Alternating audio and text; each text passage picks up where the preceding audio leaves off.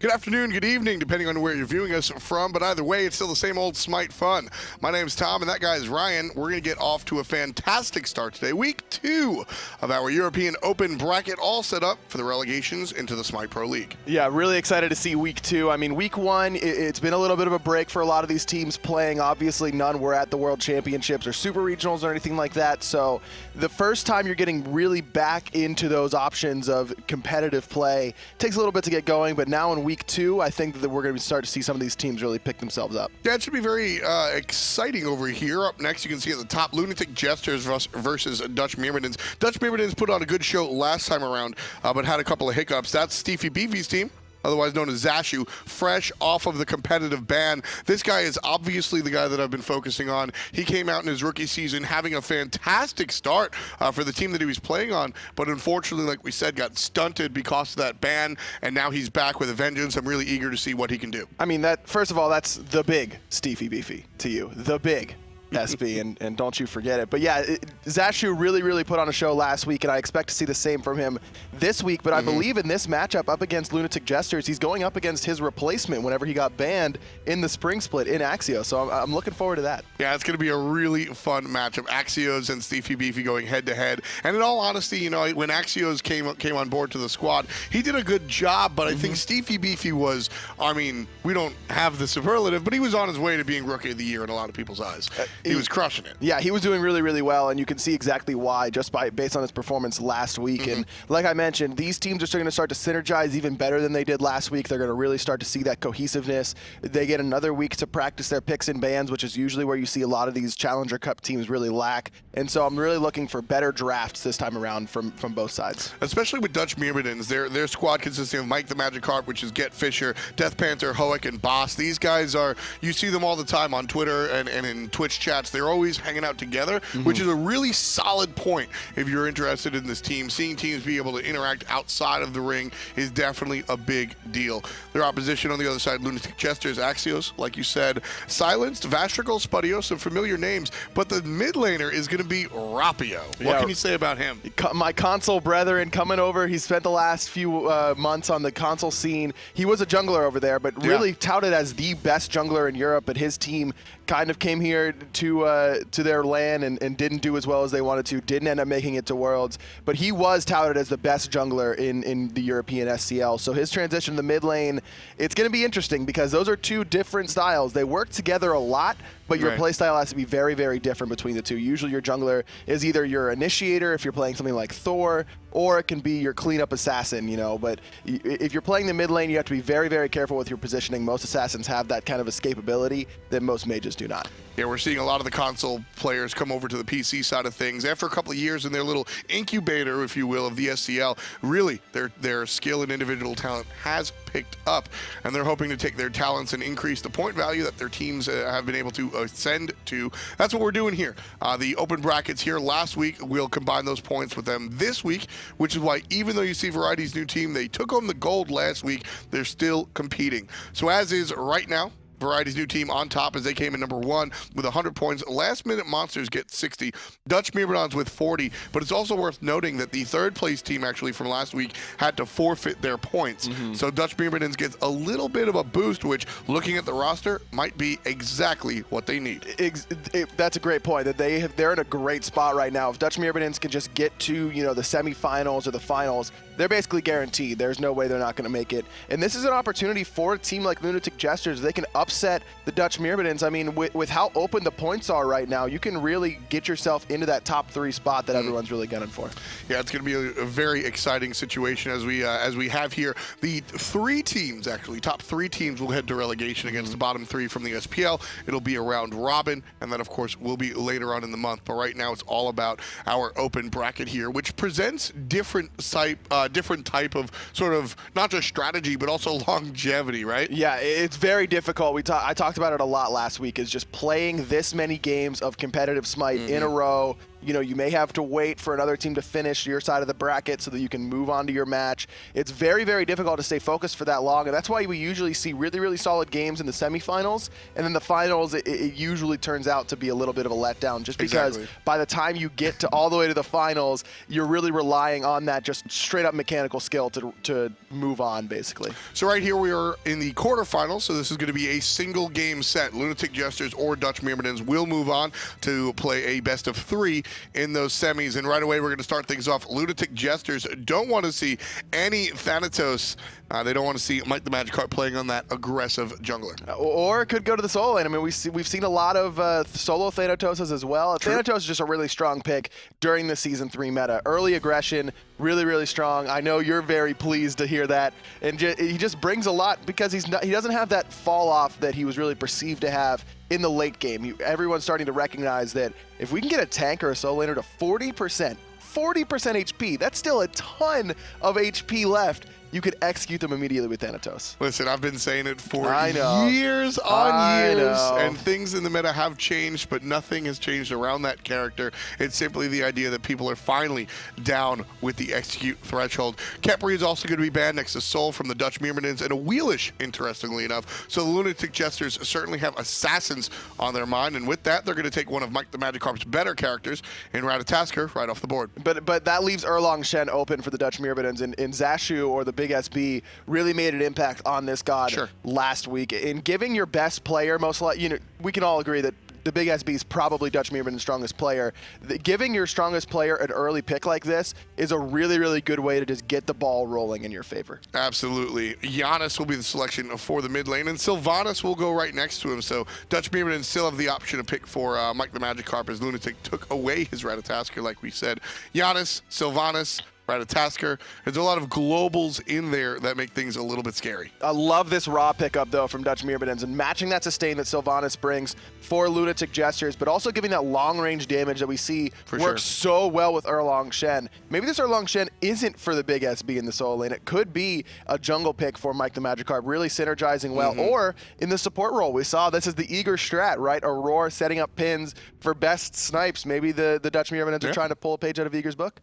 Kronos will be banned here. Don't forget, unlike the PTS, he still has his gas pedal available on Accelerate, so that's certainly going to be very powerful. And Geb out of LJ is going to be banned out. Next to Zeus, an interesting mid lane pick, despite the fact that Janus has already been selected. So either Dutch Myrmidons is thinking that they were going to see a Zeus in the Hunter role, piloted by Vastrakal.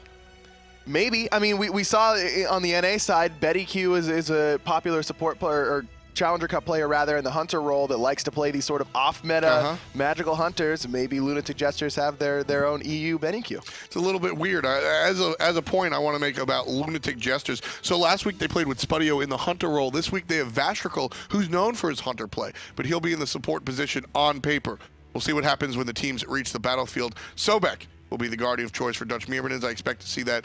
Honestly, really, with Steefy Beefy, that could go either way. Exactly. Another flex pick for Dutch Myrmidons, and that's really strong that Lunatic Jesters don't really know what's happening on that right-hand side. They don't know where Erlang Shen's going to be, because that could be in the support, jungle, or solo. Sobek, solo, or support. Love the flex pick capabilities from Dutch Myrmidons draft. Osiris is absolutely going to go to Axioz, though. We've seen him play that character to very strong points. The last pick for Dutch Myrmidons. This might be able to tell us where those two, where that warrior, Erlang Shen, and Sobek are going to go. It'll be the Thor. So Thor obviously in the jungle. Sobek and Erlang still not yet set.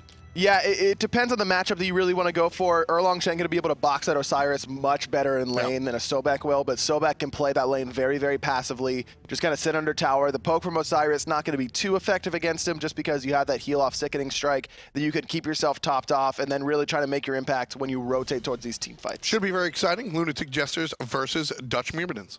Here we go into the game. It is going to be Erlang Shen in the solo lane, not in the support role. Hoek's going to be piloting that Sobek, and I anticipate that that's also due to the fact that the matchup's a little bit better for Erlang Shen in lane, like I mentioned, but the Sobek into Sylvanus matchup is very, very heavily in Sobek's favor in lane and in these skirmishes. Right away, we're going to get the pluck right into the middle of everybody. Vastrakal, the big tree, stuck in the middle. Big old damage out of Thor. Some help.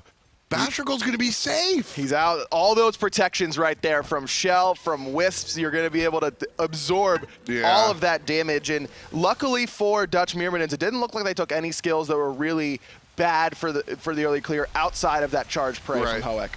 So very interesting start, like you mentioned, between the... If that was any other character, even with the Shell, I think you find a death there, but...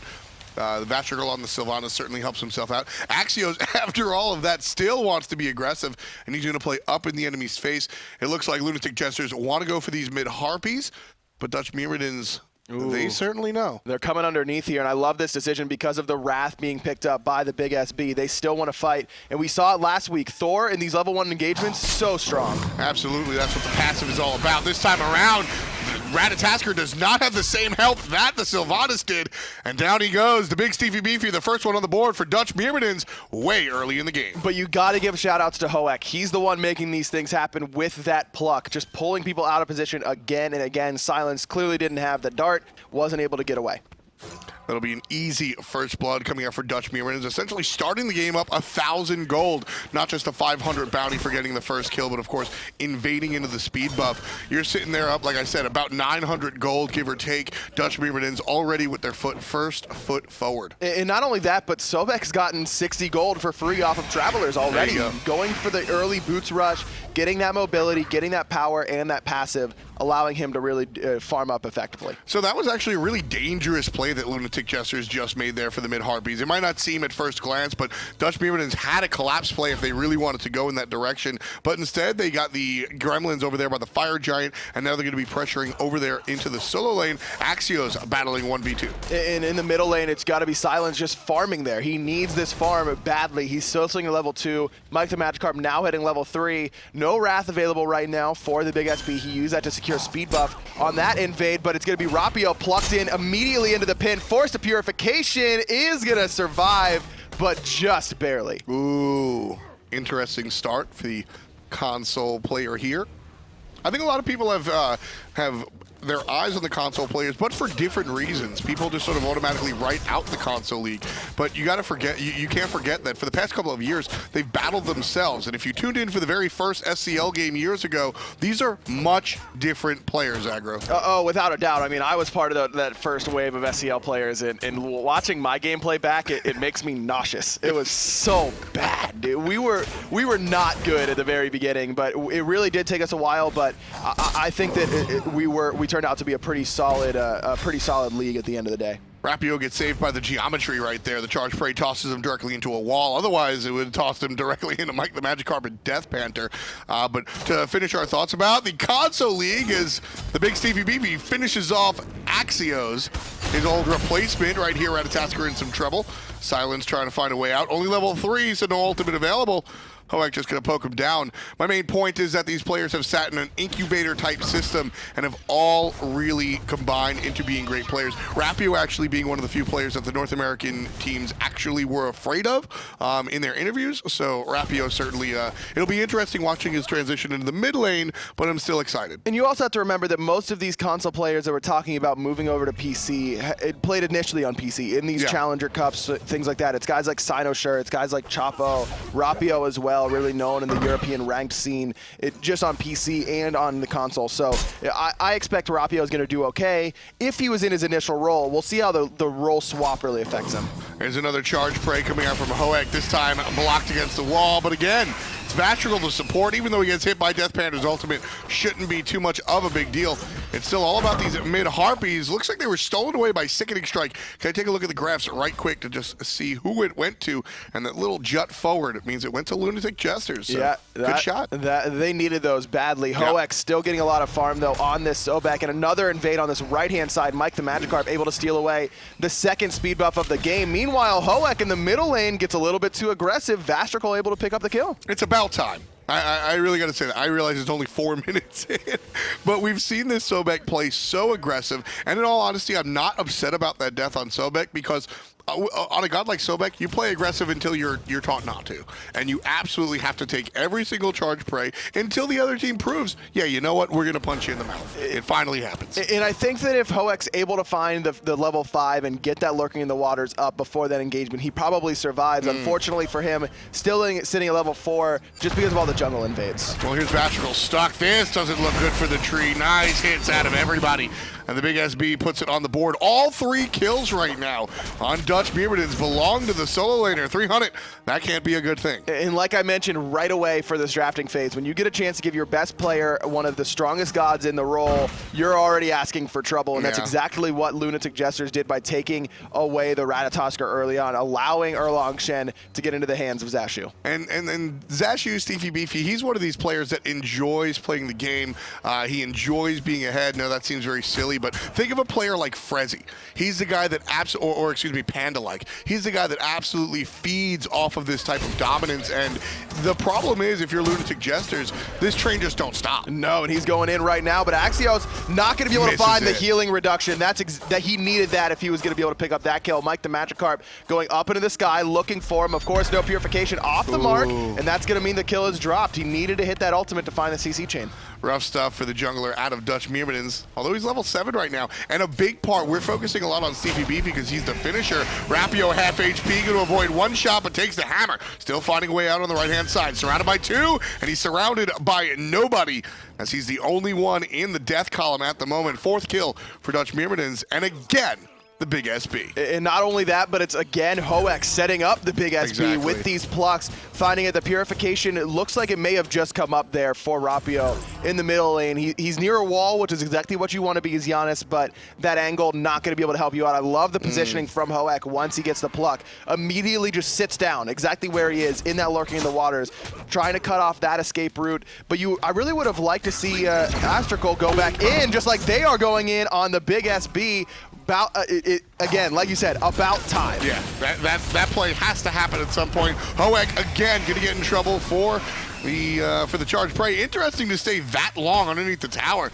He's likely to fall here. There it is, one little tail whip coming out from iSilenced, and the jungler quickly finds himself with 2 back-to-back kills, and that's almost enough to tie things up. Still down by about 1,000 gold here, folks, but Lunatic Jesters getting closer in the kill column. But iSilenced now has a lead over TheMagikarp in the jungle just because of those 2 kills alone. The kill on TheBigSB was worth an absolute ton. He was worth so much gold, and then to find Hoek under that tower, again, just too aggressive there. He's been on point with his charge plays for the most part, but what the risk reward is not worth there. You know what it comes down to? It comes down to a phrase I like to say. You got to play your lead. When you're ahead, you absolutely have to play your lead and be aggressive, but you can't let the lead play you. And that's exactly what we saw right there. Play the lead, be aggressive, go for the charge praise, but you let the lead play you. You hung out onto the tower, you looked for a tail whip after the fact, and that's just a little too much. Lunatic Jesters, as I said, they're still behind by a little bit, but that really has neutralized the heavy lead that Dutch Myrmidons had in the early game. Especially for TheBigSB and Hoek. I mean, Hoek now is down a level to Vastrakal and just now hitting level 7, so very, very surprising to see him play this aggressive consistently.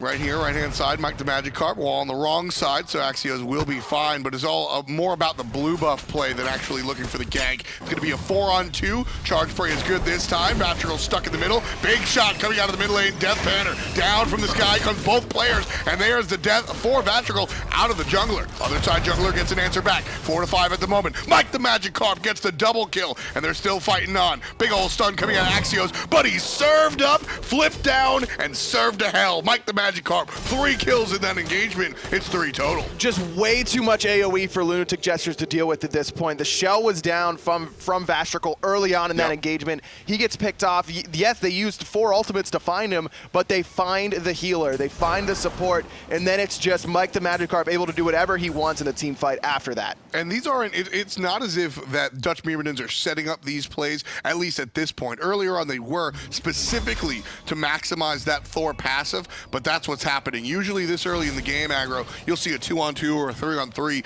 Dutch Myrmidons are taking 4-on-2s, 4-on-3s, and that's only amplifying that Thor passive, which is allowing Get Fisher or Mike the Magikarp to get this much damage off. And like we mentioned for Silence, that was a great time for him to get 2 kills on 2 priority targets, but that was a great fight for Mike the Magikarp to find multiple kills, and now he's the one with the level lead. Back and forth in the jungle, but it's been in the solo lane and in the hunter role where we've seen Dutch Myrmidons consistently keep their leads regardless of the over-aggressiveness of guys like Hoek, able to keep that aggressiveness in check basically on these side lanes. I love the build coming out from the biggest TheBigSB here on his Erlang Shen. Not only does he go the Witchblade to slow the basic attack and the physical power out of the Osiris, but he also has the Mark of the Vanguard, which should do the same thing. I saw you shaking your head, and we'll attack that, but right now we're going to watch Mike the Magikarp miss his attack on the mid lane. Vastrakal's going to get abused one more time. Ultimate comes out. There's Janus as well, but 2 players in the mid lane have fallen with blue on their jerseys. One's the support, and one is the jungler. Dutch Myrmidons lose none. But it's the rotation from the Big SB. Again, we've called his name time and time again so far this game. Just exactly where he needs to be at the right time, able to pick up that kill. Ram up into the sky, trying to steal away the Gold Fury, but it's not low enough quite yet. He's going to have to run away from the Big SB while the rest of Dutch Myrmidons finish off this Gold Fury, extending their lead over 4,000 gold. TheBigSB started off his season last year as one of the perennial rookies looking to be one of the most talked about players in the league, and then all of a sudden had the rug ripped out from under him as he suffered a ban, which, I mean, it's his own fault, right? But coming back into the league here, he has not missed a beat. Looking absolutely flawless. 5-1-4 is the slash line for the solo lane rookie right now. So is he still a rookie, or is this his sophomore year? This is, he redshirted. He redshirted his rookie year. That's the way I look at it. Maybe not by choice, but you know, he's a redshirt freshman. There you go. For those of you out of the know, it's a little Southern football phrase here from our sportsman himself. But at the end of the day, TheBigSB certainly looking not like the rookie he is and just coming out swinging. Spudio's going to be flipped up, looking like he's in no trouble, but wait until the Thor misses for the 3rd time in a row. Somebody sub to weaken. The kill goes to Hoek, 10-4 Dutch Myrmidons. But again, the kill goes to Hoek, and both relics used. Silence now wants to get this engagement going onto Baas, but he's got the Sanctuary. He's trying to get out. Nice knockup, only finds Hoek though. DeathPanter, here comes the big shot. Damage coming out onto the jungler. Still waiting for that ultimate. It's online. Silence gets the kill on the Baas. No ult from the Ra to get the Silence to take out Silenced. I really expected that. I think he's too low on mana. Searing Pain takes a decent amount of mana in the middle lane, and without any sort of extra mana sustain available to DeathPanter, he's not going to be able to fire it off. Wow. Mike the Magikarp really, it's starting to become a problem. Once you miss a couple of those ults, it's not that big a deal depending on the scenario, but here it's becoming an issue. And Mike the Magikarp has generally been, at least when it comes to characters like Thor, sort of a stable player. You never really expect him to be the focus of the team, but he's usually very dependable. Why do you think that Mike the Magikarp's coming up short here? I mean, like you mentioned, Ratatoskr, one of his favorite gods, taken away by Lunatic Jesters. Maybe the Thor has been in the back pocket a little bit too long, but regardless of the fact that his ults have been off point, he's still 4-0-5. Exactly. He's still able to find the poke with the wall double tap combination. He's still been getting good damage off in these team fights. He's 2nd in the team in net worth right now. So yeah, you would like him to start hitting his Thor ults, and as we get deeper into the tournament, if they're able to move on to the semis, if they're able to move on to the finals, that's when those ultimates are going to really need to find home. But right now, it's not so bad. He's still been a part of 9 of the 10 kills for Dutch Myrmidons. Yeah, the early Titans bait as well. But speaking about these builds, I want to go back to the solo lane because you were not on board. I really like the Witchblade and the Mark of the Vanguard choices, specifically against who his opponents are. Why do you feel the opposite? So Mark of the Vanguard's picked up after Boots' supports because you have to get the most bang for your buck. You're not getting a ton of farm, and so you want to be able to get the cheapest power spikes possible. It's kind of the opposite for the solo laner, though. You're going to be getting a lot of extra farm, and so you can really afford to rush these items that are a little bit more expensive that can make a bigger impact than an item like Mark of the Vanguard. I agree with you. The Witchblade's perfect, but the Mark of the Vanguard, I'm not so sure. Ooh, Rapio, nice Sanctuary to save his life right there. The shot from DeathPanter certainly would have put him in a dangerous spot. The Sanctuary saves him right on time, and then he deals it back. Mike the Magikarp low. Rom shot, he's got 1 out of 3, and it's just not enough to confirm it. Spudio comes up, holding nothing. And here's where the sustain comes into play. Ra has 2 items finished. He's working into some penetration right now. Mike TheMagikarp, he's up into the sky. It's going to be called out. Silence trying to get up. He's going to do so up into the tree just by the skin of his teeth. Jungle ult for jungle ult. Good accuracy there, excuse me. Haven't used that word in a while, so glad to be able to use it with Mike TheMagikarp. But even with Mike TheMagikarp splitting on this right-hand side, they still have the big SB in the middle lane, Dutch Myrmidons. So it's going to be very difficult for Lunatic Jesters to fight back into this when Steefy Beefy's here and he's this beefy. I like that. I like that one. Mid tower is going to fall down. But I like how Mike TheMagikarp shows his face behind the tier 1 tower, forcing Axioz to go over there. If Axioz is part of the defense force that Lunatic Jesters show in the mid lane, that tier 1 tower might not go down. So it's important to spread the map like Mike TheMagikarp did.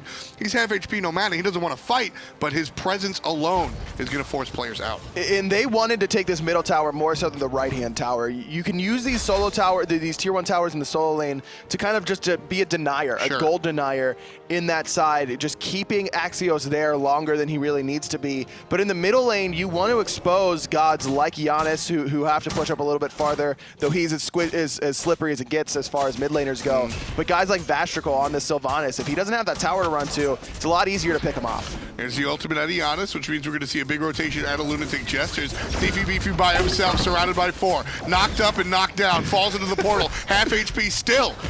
And he's just gonna turtle shimmy his way out until he gets grabbed mid-dash. Vastrakal with the accuracy of a lightning force comes through.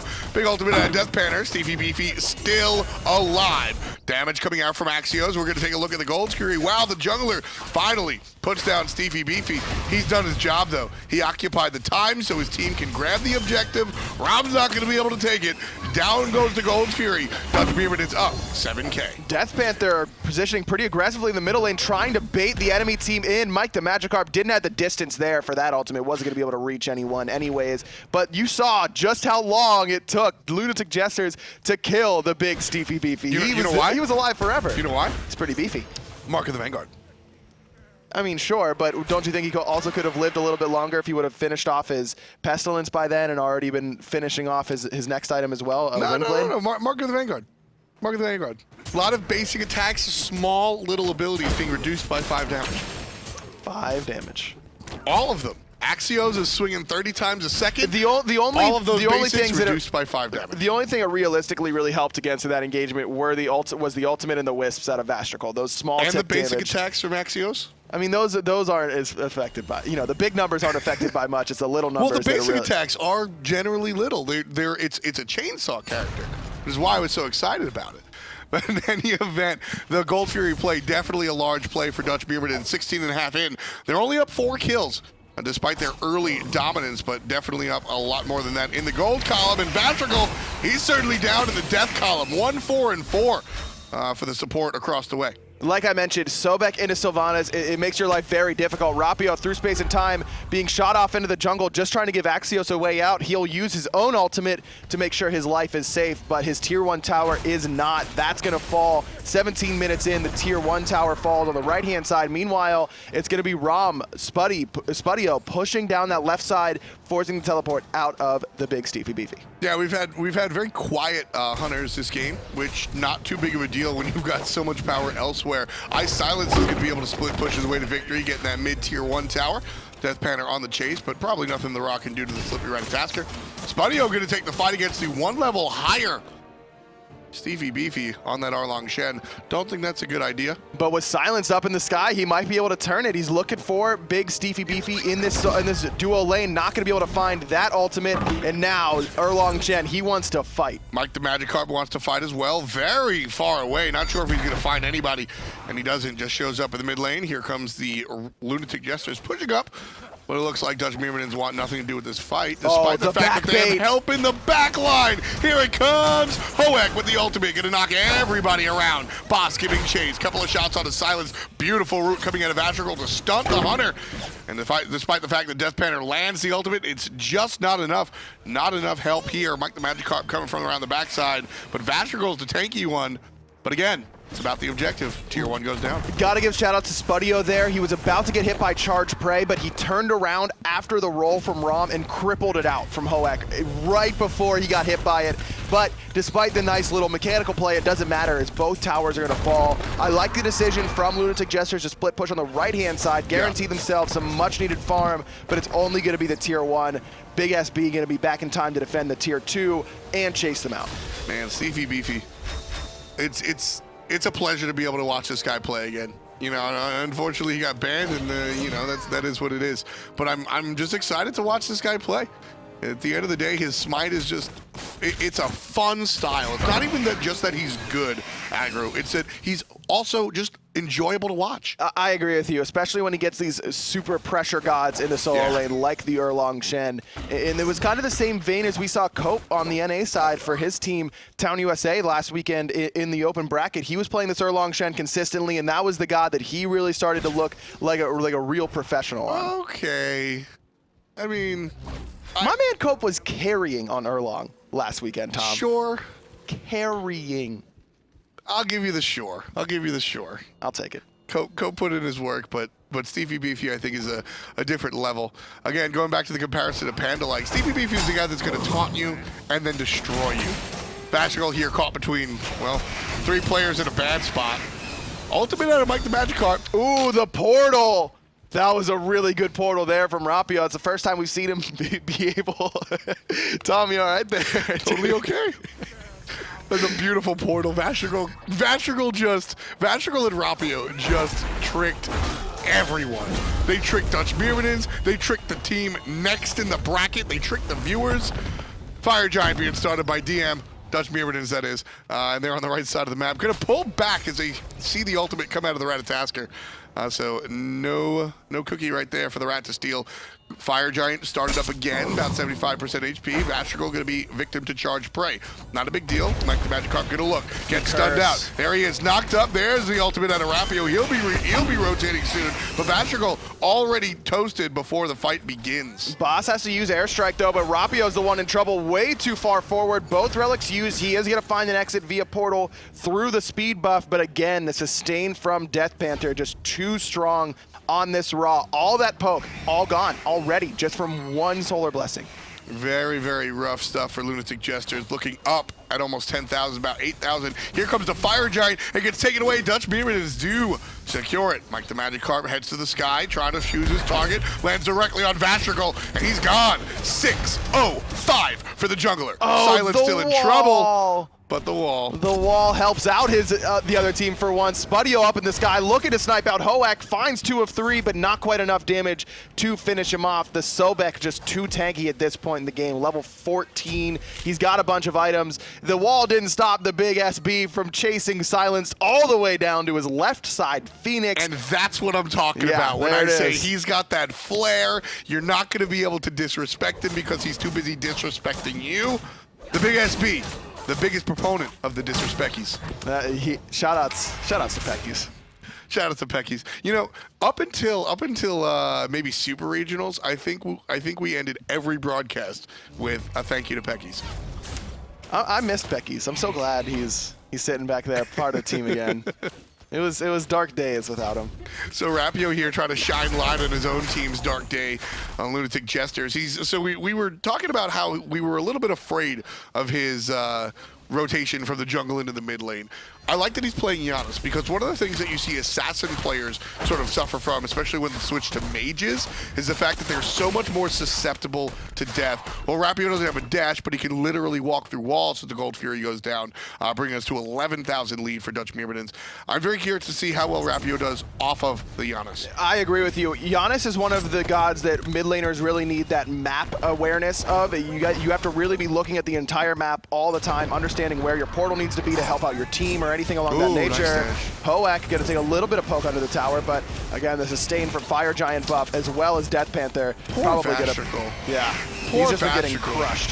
Dutch Myrmidons are just coming out here like Dutch lumberjacks and just going directly for the port support. iSilenced gets the ultimate, but he's all by himself. Nobody's there for the backup. In fact, here comes Mike TheMagikarp, dealing the punishment. Gonna land right on down, stunning 2. One finds an exit, one of them being Vastrakal. Ram still looking for the accuracy, just can't find it. Not quite enough, and it's again Zashu on the front line, just keeping everyone out. Baas getting very low, but it's Spudio plucked back in. Sanctuary gonna buy him a little bit of time. Nice pull from Vastrakal, keeps Hoek underneath that Phoenix. He's gonna be the first to fall. Silence and Axioz, very important what they're doing here. Everything looks like it's coming up Millhouse for Dutch Myrmidons, but you have your jungler and your frontline solo laner playing up, making sure that the Dutch Myrmidons aren't able to penetrate that back line. So important.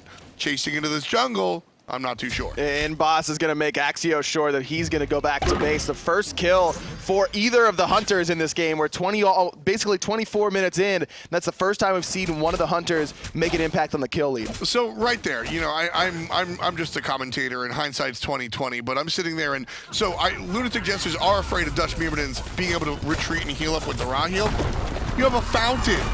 You have a fountain. The Fire Giants dead. No reason for Lunatic Jesters to go into the jungle like that. I agree with you. You got to take the wins when you get them. When you're down by this level of gold, you just have to say, okay, we defended, we bought ourselves a couple extra minutes. Let's back, let's buy our items, let's try and get some power spikes so that we can take in the next fight, and then the next fight after that, because that's how many you really realistically have to take when you're this far behind. You're 14,000 gold down. You're 14,000 experience down. Take the pick that you got and go home happy. And with the Phoenixes all still up, all you're playing for is the stop.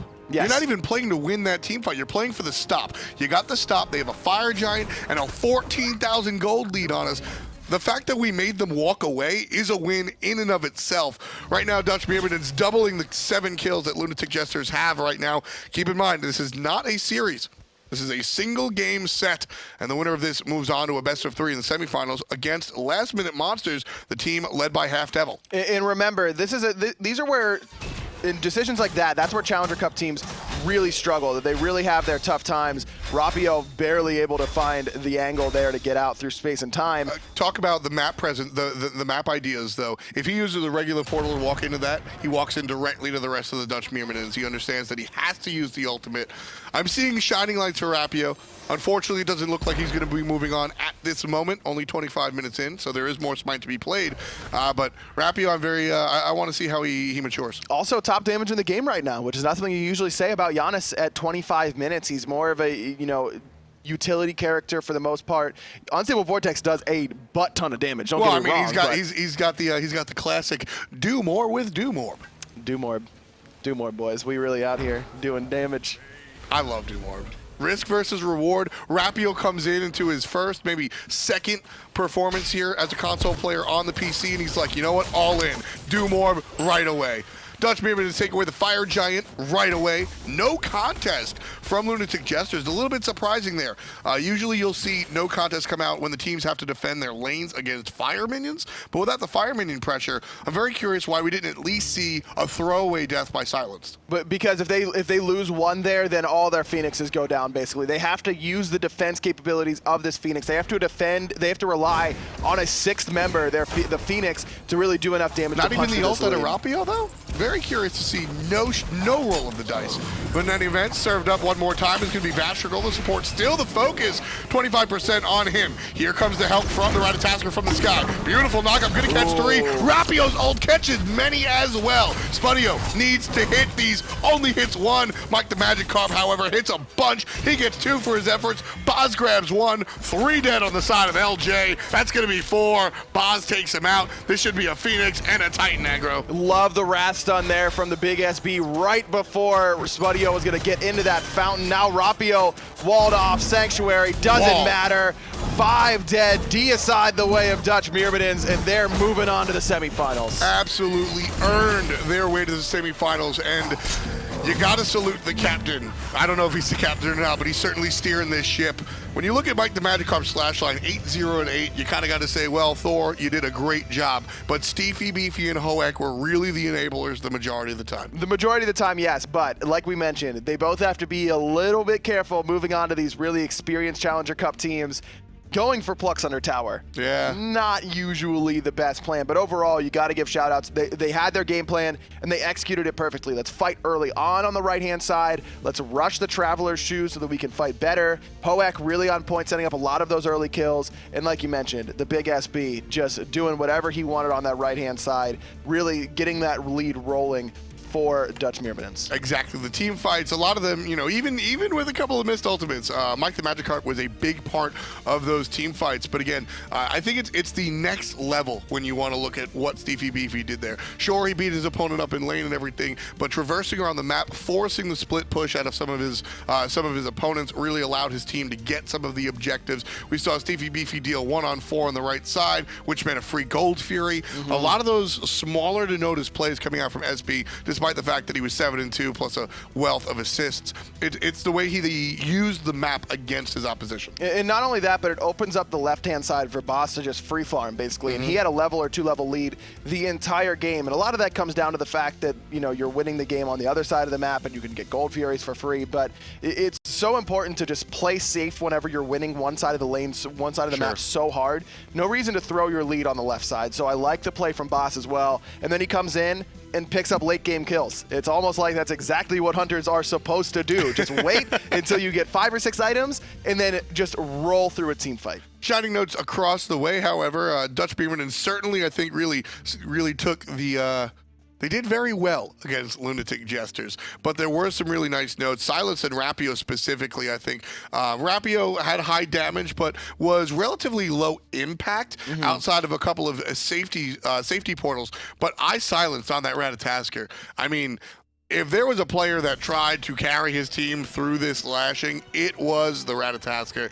You saw him come through every team fight. The mid-jungle synergy there for the Lunatic Jesters definitely is one of the shining moments that we saw there. And even in that last team fight that almost went really, really great for them on the defense of the right side Phoenix, it's coming crashing down with the knock-up immediately into through space of time from Rapio. And that's sort of working together that you really need if you're going to make a late-game comeback. Unfortunately, if they were 11,000 gold behind, they probably win that team fight. Sure. They were like 16,000 gold behind, so it's a little bit more difficult to do so.